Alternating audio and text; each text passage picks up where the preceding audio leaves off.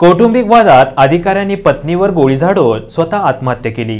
मंत्रालयात सहसचिव पदावर काम करणारे विजयकुमार पवार यांनी त्यांच्या राहत्या घरी पत्नीवर गोळीबार करून गळफास घेतला। दरम्यान त्यांच्या पत्नीवर सोलापूर येथील रुग्णालयात उपचार सुरू आहेत। मंगळवेढ्यातील राहत्या घरी ही घटना घडली। दामोजीचे माजी चेअरमन नंदकुमार पवार यांचे ते बंधू होते। विजयकुमार पवार हे मूळचे मंगळवेढा तालुक्यातील मरवळे गावचे। नुकतीच त्यांना बढती मिळाली होती। सध्या मुंबई येथील मंत्रालयात सहसचिव म्हणून ते काम पाहत होते। याआधी ते नंदुरबारचे जिल्हाधिकारी म्हणूनही कार्यरत होते। काही महिन्यापूर्वीच पदोन्नती झाली होती। गुरुवारी रात्री त्यांच्या पत्नी सोनाली यांच्यासोबत वाद झाला। रागाच्या भरात पहाटे त्यांनी पत्नीवर गोळीबार केल्यामुळे त्या जखमी झाल्या। विजयकुमार पवार यांनी गळफास घेतला। हा प्रकार लक्षात येताच शेजाऱ्यांनी पोलिसांना घटनेची माहिती दिली। त्यानंतर पवार यांच्या पत्नीला रुग्णालयात हलवण्यात आलं। त्यांच्यावर 2 गोळ्या झाडण्यात आल्या होत्या। मात्र आता त्यांच्या जीवाचा धोका टळल्याचं सांगण्यात येत आहे। दरम्यान घटनेची माहिती मिळताच उपविभागीय पोलीस अधिकारी दत्तात्रय पाटील, निरीक्षक अनिल गाडे, सहाय्यक पोलीस निरीक्षक वैभव मारकट, पोलीस नाईक हरिदास सलगर यांनी घटनास्थळी भेट दिली आहे। पुढील तपास सुरू आहे। मात्र या घटनेनं परिसरात खळबळ उडाली आहे।